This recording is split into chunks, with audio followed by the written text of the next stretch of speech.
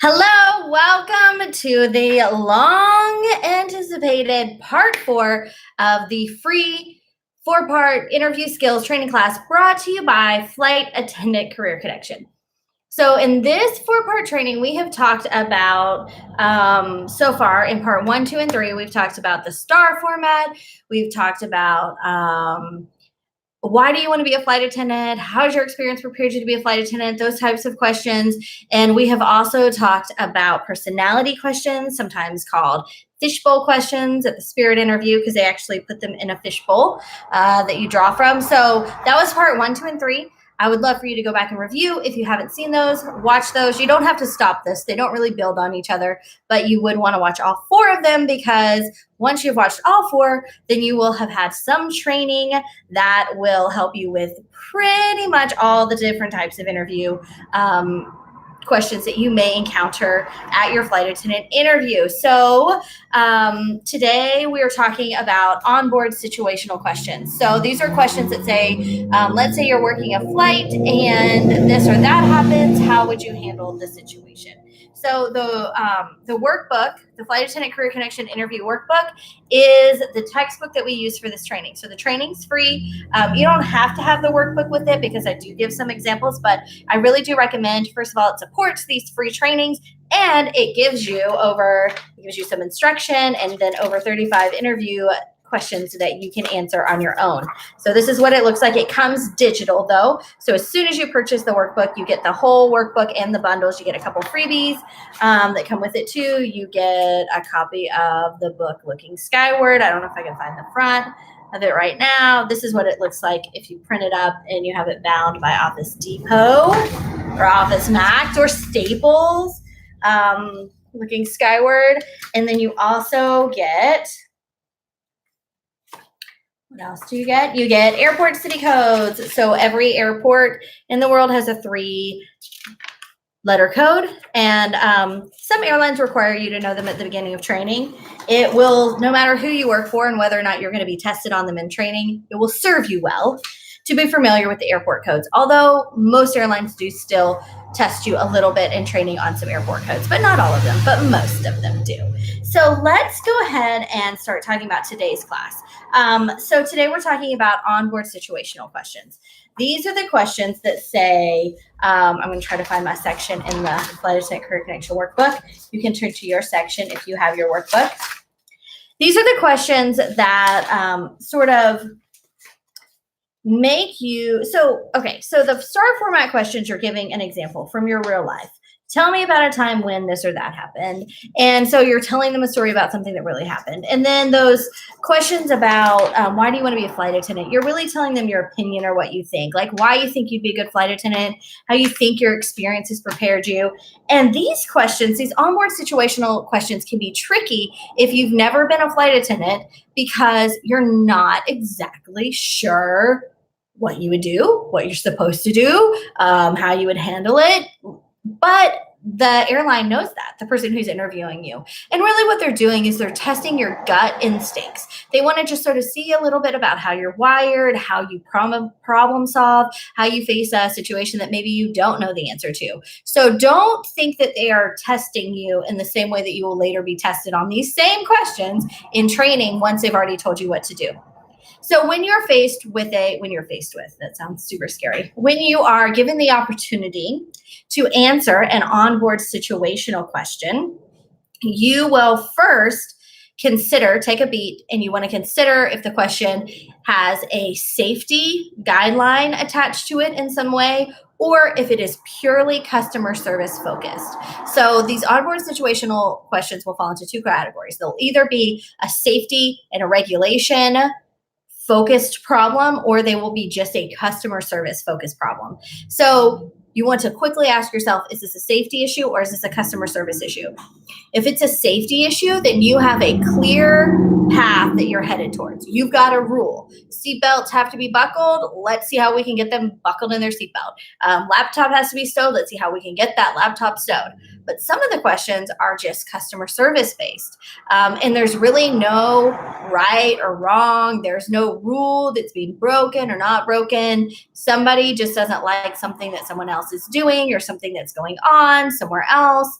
And so you've got to navigate that in a customer service way without there being like a clear guideline. Okay. So let's go ahead and dive in first to some of these safety ones. So one of the most traditional onboard situational question is, and I was actually asked this in an interview 12 years ago or 13 years ago, oh my gosh, it was 13 years ago when I first interviewed my very first flight attendant interview. It was with United. And they asked me, they said, let's say you're working as a flight attendant and you have a passenger who appears to be intoxicated and he requests more alcohol.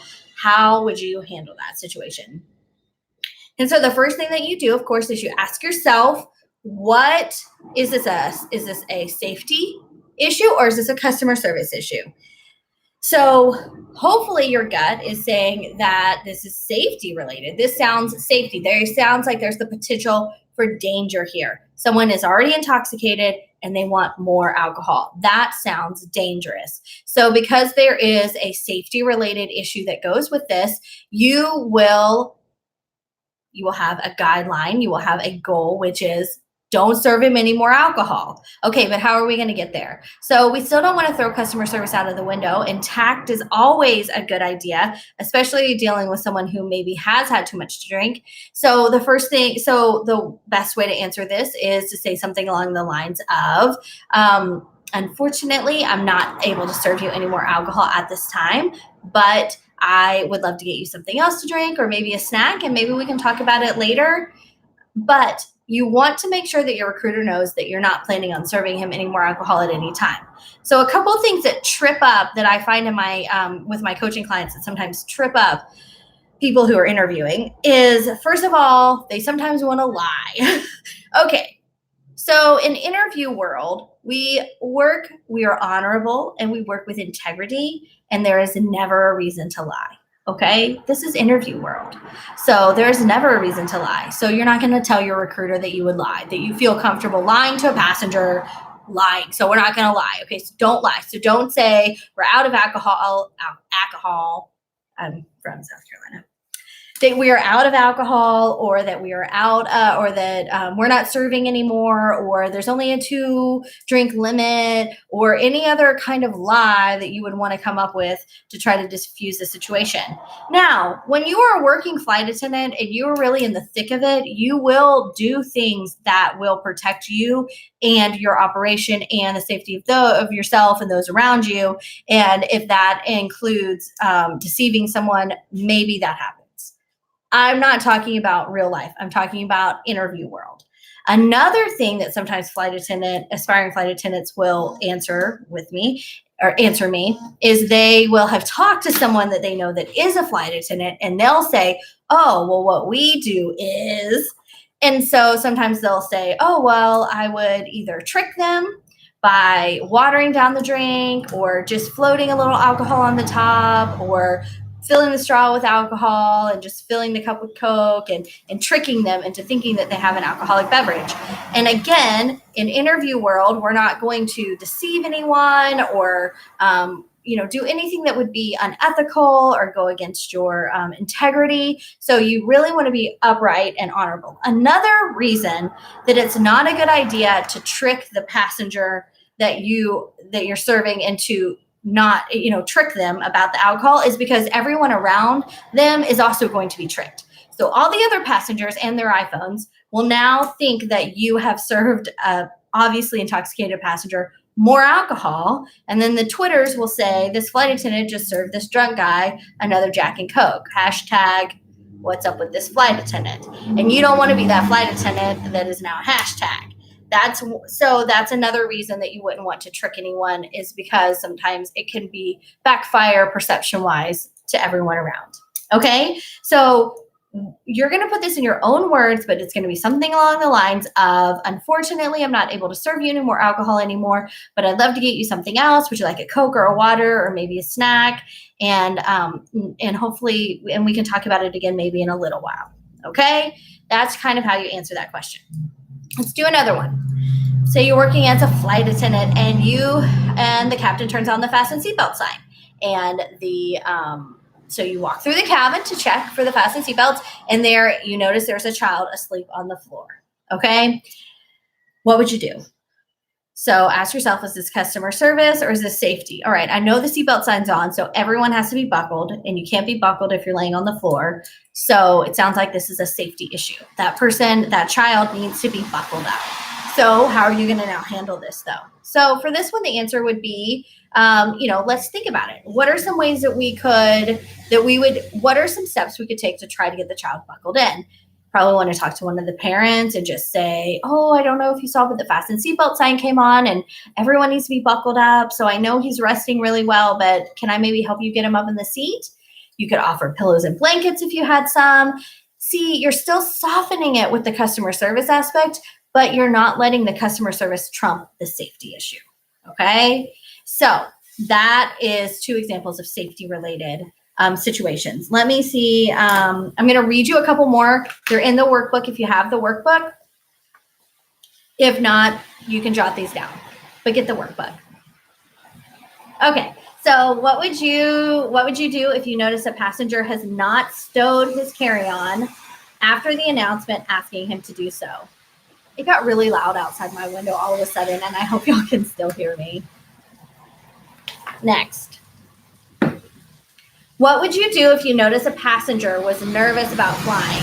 Okay, so ask yourself, is that customer service or is that safety? We might come back to that one.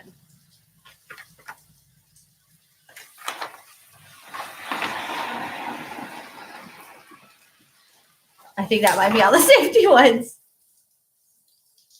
All right, so that's the safety ones, okay? So now we're going to switch gears and we're going to go to the customer service ones.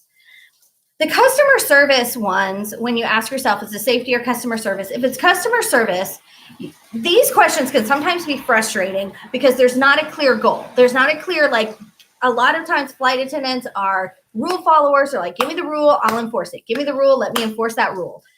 Or we don't actually enforce rules, we inform. Let me inform about that rule for those of y'all who are going to get me on that. Let me inform somebody about the rule. But sometimes, a lot of times, these customer service situations, there's no clear goal. You've got 2 customers, neither one of them are happy, and neither one of them are doing anything wrong. So it's up to you to figure out how you're going to navigate and smooth and coddle and apologize and make everybody feel happy so that you can create a safe and enjoyable flight for every customer. So when you're faced with these customer service type situations and you answer the question, is this safety or customer service? You say customer service, then I want you to ask yourself, how many customers are in this situation?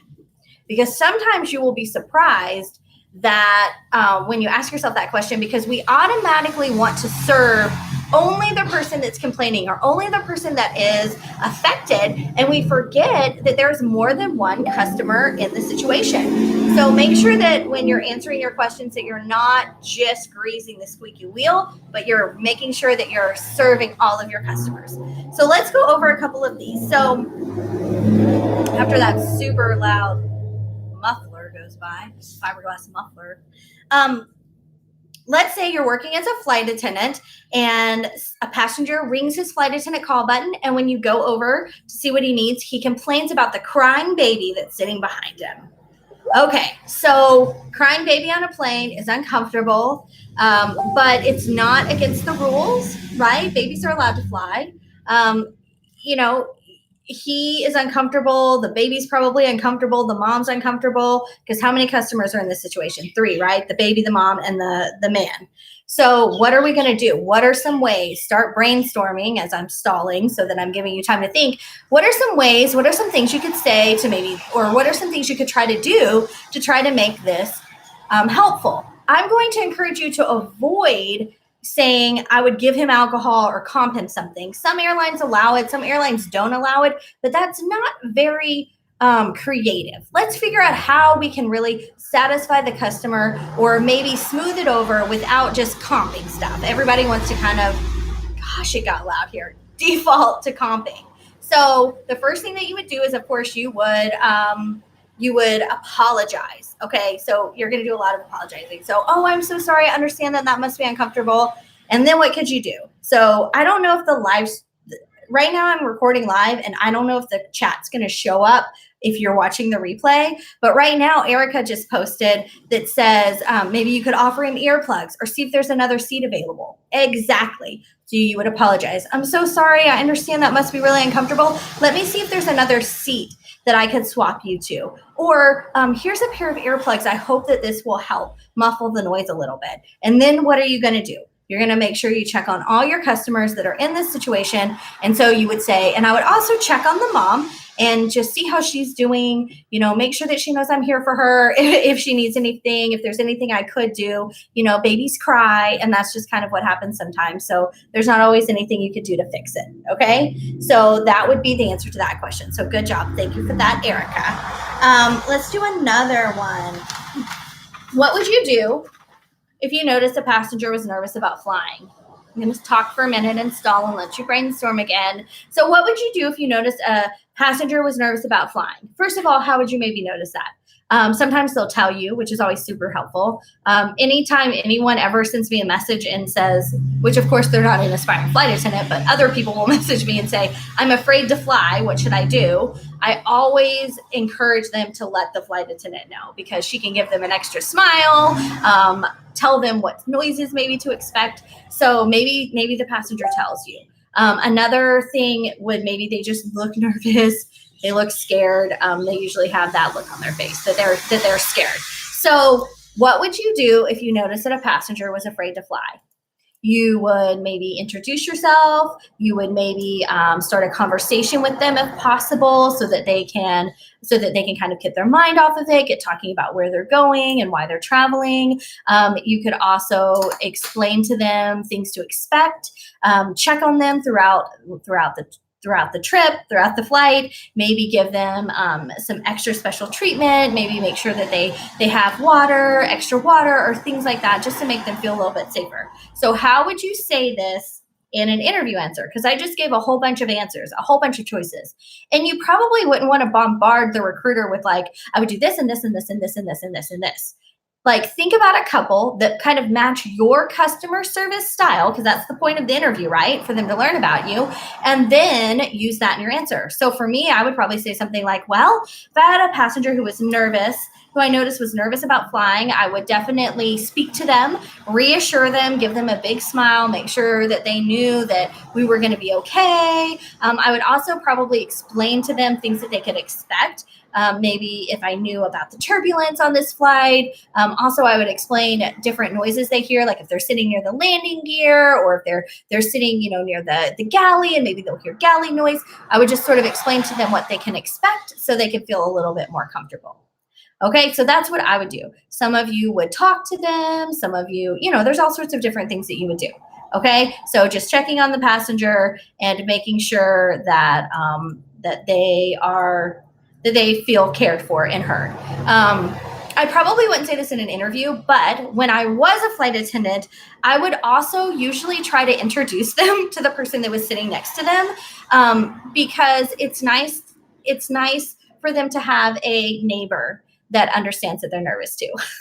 So I would just introduce and say, now she's a little bit nervous, so you're going to be her support system, okay? And normally the person is glad to help, understands what it means to be afraid. I mean, we're all humans, and it just sort of like allows it sort of, it's an AVP.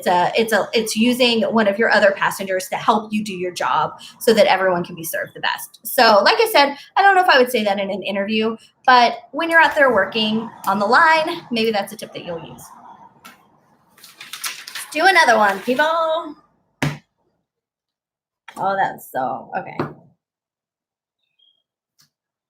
What would you do if you had to communicate with a customer who spoke a different language? Okay, so what would you do if you were working a flight, you had to communicate with a customer who spoke a different language? So I just had a coaching session with a lady a few hours ago, and she speaks Italian and Spanish fluently, and then she speaks English, of course. And so if you speak a language, another language besides English, even if you don't speak it fluently, that would be the first part of your answer. So for her, she said, well, I would first try to find out what language they did speak. If it was maybe one of the other languages I spoke, like French or Spanish and Italian, or maybe one of the languages that I don't speak, but I can kind of understand. I usually can communicate with people speaking French and Portuguese. And so she she just said 5 languages that she could communicate people with. I was like, that's amazing. So don't forget, if you speak a second language, to use that. And if you're a Spanish speaker, maybe you are kind of familiar with Portuguese, and you could say, so if they spoke Spanish or Portuguese, I could probably communicate with them first. Or if you learned a little bit of Spanish, maybe, so use any kind of language skill that you have first. Try to find out what language they speak. And then you would say, and if they didn't speak any languages that I was familiar with, then what would you do? Now is your time to start brainstorming. So what are some ideas? You can use kind of like sign language. You can draw pictures. You could see if maybe someone else on the flight spoke that language and English, so that you can kind of communicate with them. I don't speak Spanish, but a lot of times I would have passengers who spoke Spanish, but there's usually someone nearby that speaks English and Spanish that can help you out. I've also gotten on the phone with someone's daughter before, so that because we actually diverted. It was, we diverted and we're in like a different city. So we land, but we're not in the city that we're supposed to be in, and we're staying in that city. So I was able to explain to the daughter on the phone what was going on, what city we were in, about the accommodations, and then she was able to translate it. So those are all different ideas. Again, from those and any that you come up with, you can take the ones that sort of match your personality style maybe the best, and use those in your answer. So you could say something like, if I had to communicate with a customer who spoke a different language, the first thing that I would do is find out if he spoke a language that I'm familiar with, which I'm not really any, so that would be not me. I would just jump into saying, I would try to communicate with them probably through either drawings or hand signals. It kind of depended on what I was trying to communicate to them. I also find it helpful I also have found that a lot of times there's someone nearby that can also sometimes help translate. And so I would definitely use any resources like that I had to get the information communicated to the passenger. Okay. So let's see what's on my last page. That's pretty much all the questions. The other 2 that I have on here is, what would you do if you had a passenger who complains about another passenger who's breastfeeding? Is this safety related or customer service? Customer service, because she's allowed to nurse wherever she wants to, however she feels comfortable, as long as she is in a place that she's allowed to be. So the law is that if a woman is allowed to be there anyways, she can nurse. She can breastfeed however she feels comfortable, which means in her seat, she can nurse however she feels comfortable. That means that she can't nurse on the jump seat, because she wouldn't be allowed to sit on the jump seat with or without the baby. So hopefully that kind of makes sense. So in that case, it's similar to the crying baby. You're just sort of trying to navigate the situation, maybe reseat him, maybe, find him a magazine or a newspaper to maybe take his mind off the big nurse fest that's going on over there. I don't know if y'all can tell I'm a little salty about this question because I nursed 3 children, but I do understand some people. But, so there's a couple different things that you can do. The reason that I kind of like to mention this one is I want to make sure no one ever asks her to cover up, move, or stop, because no one's in the wrong here. No one's in the wrong. He can be offended and she can nurse. So no one's in the wrong. So again, you're kind of like trying to navigate it. All right, guys, that is pretty much all that I have for this section. So again, I was working out of the Flight Attendant Career Connection interview workbook. If you're not a member of the Flight Attendant Career Connection Facebook group, I would love for you to join. There's over 70,000 members in there, made up of current, former, and aspiring flight attendants, answering questions, cheering each other on to success. I'm Abby Unger, the owner of Flight Attendant Career Connection, and this is part 4 of a 4-part training. I believe that interview skills is a skill. Interviewing is a skill. Because it's a skill, you can get better when you practice, which is part of the reason I put together this training, because I believe that the more you interview, the more you think about interviewing, the more books you read about interviewing, the more times you consider what you would say in an interview, you get better and better and better. So I appreciate you spending some time with me, and I hope that you find the workbook helpful and that the training is helpful, and I hope to see you over in the Facebook group. Bye.